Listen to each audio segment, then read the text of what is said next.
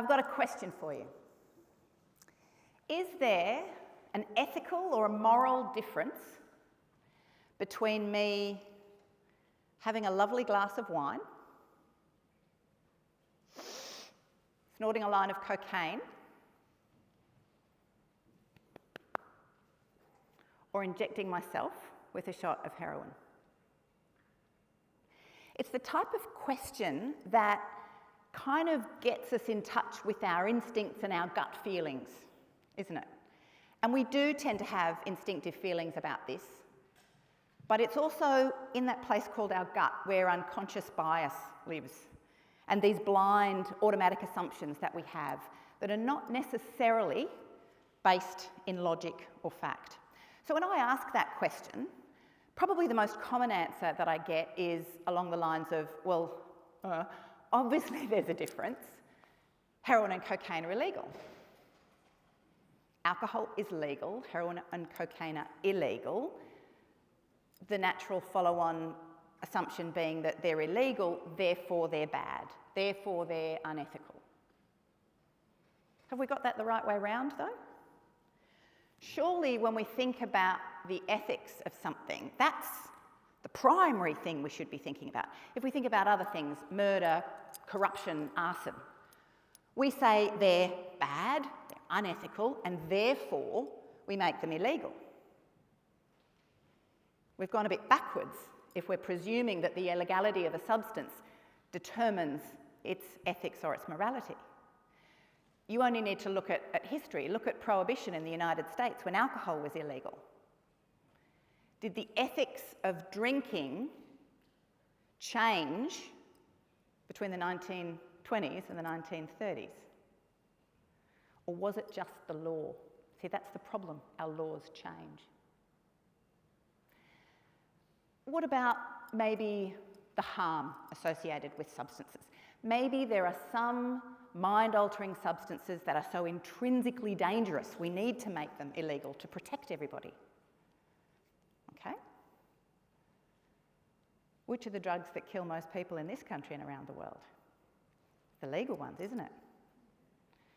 For every person that dies from heroin in Australia, there's not 10, there's not 20, there's 40 people that die from alcohol and cigarettes. And some of you will be thinking, oh yes, but that's because so many more people smoke and drink. Absolutely true. But you are more likely to die from regular smoking than you are from regular heroin use. Okay, what about, if we go back to our original question, what about the capacity for good? If we're thinking about ethics, do some of these substances have an inherent capacity for good? Many illegal substances are actually used as medicines. Heroin is a very effective analgesic or pain-relieving medicine. It's called diacetylmorphine, and you would receive it if you happen to be in the UK and have a broken bone. Here you just get morphine, very intrinsically similar substances. Cocaine has a use in medicine to stop uncontrolled nosebleeds. MDMA in ecstasy has a role for post-traumatic stress disorder. Ketamine, psilocybin in magic mushrooms, I could go on. They have very legitimate roles and can do good in our society. So does that mean the same substance in one circumstance can be good and ethical, and yet in a different circumstance can be illegal and unregulated and unethical? Our terminology matters, doesn't it? Because if I'm talking to you about a doctor prescribing a medicine, we tend to kind of get behind that. Clearly that's a do-good ethical situation. And we think very differently if we're talking about illegal drugs and the images that conjures up. So I think we need to be very careful in our terminology and use more neutral languages like substances, mind-altering substances that change the way we think and we feel and we act. What about intent? Is intent important when we're thinking about the ethics? If so, let me tell you, I'm in trouble. Because at the end of this night, there's a reason that when somebody offers me a glass with some red liquid in it, I'm going to hope that it's wine and not red cordial. Because I would like to have a glass of wine because I find that it does relax me and I like what it does. So the way we make our laws in this country is not sensible. It's not evidence-based. Laws are about protecting people and property and human rights being applied equally and fairly. And I would suggest to you that is not what happens in this country when it comes to our drug laws. Ultimately, it's about people, isn't it? And we have very strong images and stereotypes about people who use drugs. We don't think of all of us in this audience, 50% of whom have used an illicit drug at some point in our lives, and 1 in 6 just in the last year.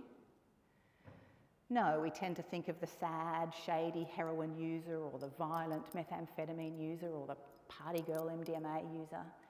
But behind those stereotypes, we hide the breadth and the stories behind real people. I can't tell you how much my own views have changed since I started working in King's Cross in the late 1990s, and the privilege, I suppose, I've had from talking to so many people who have used and injected drugs over the years. They have been my patients, my clients, my colleagues, my friends, and my mentors. And I can honestly say I stand here tonight as a better human being because of the stories that they have so graciously and generously shared with me. When I reflect on those stories, I have to say, although names and places and dates can be interchangeable, there is a definite pattern. And now, understanding the research, I know the strength of the association between early childhood trauma, very specifically childhood sexual abuse, and the subsequent development of drug dependence or addiction. I think the very first person that I met that really reminded me very viscerally of this was a girl who I'll call Abby that I met when I first started working in King's Cross. Her lived experience was one of very early childhood sexual assault that was repeated and relentless.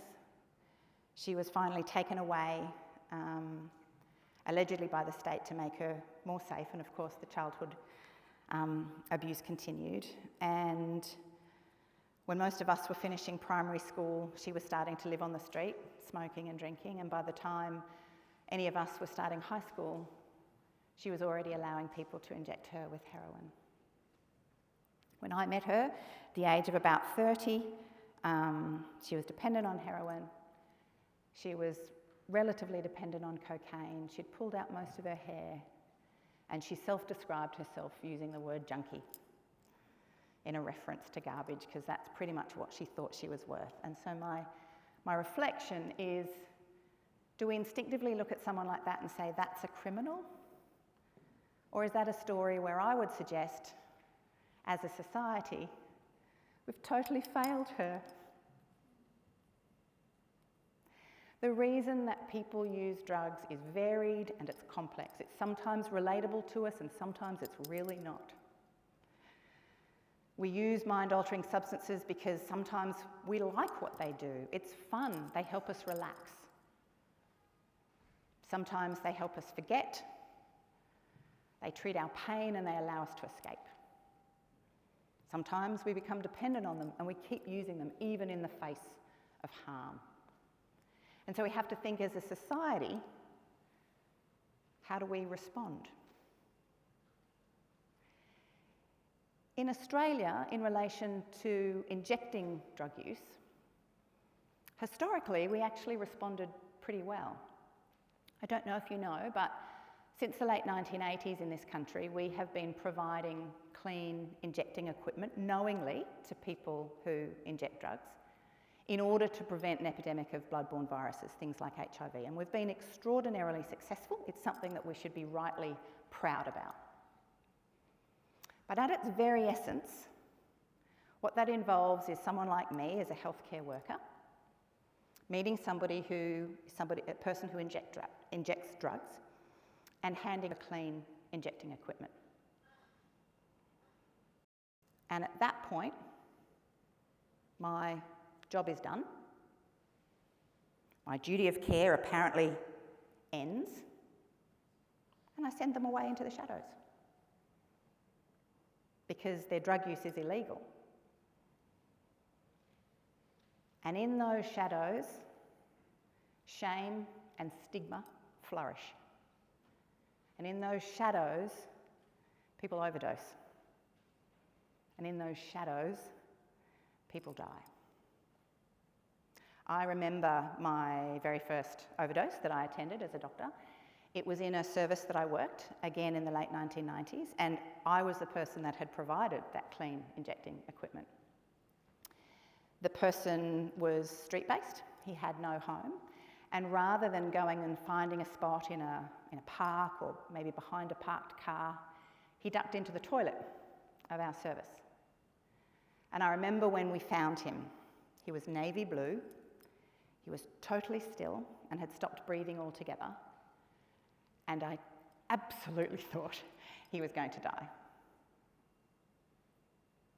And of course the thing is, if he had chosen the park, he probably would have died. And I have an uncomfortable memory associated with that day, but it would have been what was stamped on his death certificate. Because the thing about overdose, which I now know very well, is that they're very easily treated if somebody is there and recognises what's going on. You can intervene when somebody has a heroin or an opiate overdose, and you can save their life. If someone you love is injecting drugs like heroin, where do you want them to go? Because injecting drug use is more common than you might think. I said that Australia provides clean injecting equipment. I don't know if anybody here knows how often we do that. How many syringes do we give out in this country every year? Think of a number, double it, add a zero, and you're probably not even close. 55 million. Where do we think they're going to go? If you love them, where do you want them to go? I'll tell you where you want them to go. You want them to go to a place where somebody is present and can recognise and intervene. You want them to go to a supervised injecting facility. So I have the privilege of being the director of what was, when we opened, the very first supervised injecting facility in the English-speaking world. It remains one of only 2 services in the entire country. And it's a place where people come and they get the clean injecting equipment. That's not the unusual bit. But for the first time, with the drugs that they've already purchased, we say, hey, take a seat. And they sit down in a booth in front of us. Because we don't just care about them being a vector of disease and bloodborne viruses, we actually care about their life. This is a service that's run by Uniting.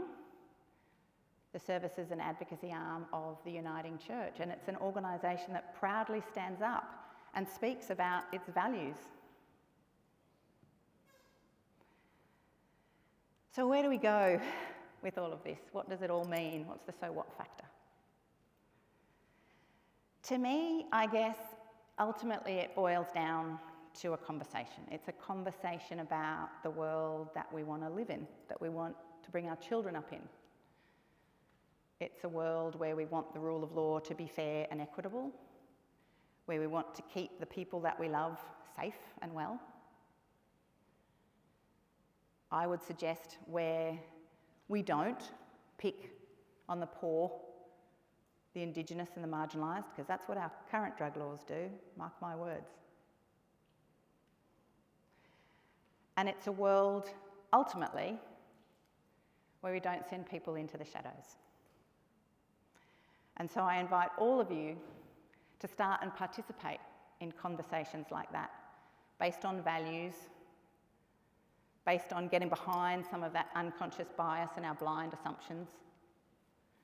And I look forward to leaning in so that all of us can create a slightly gentler, a slightly kinder world where, as I said, no one is forced into the shadows.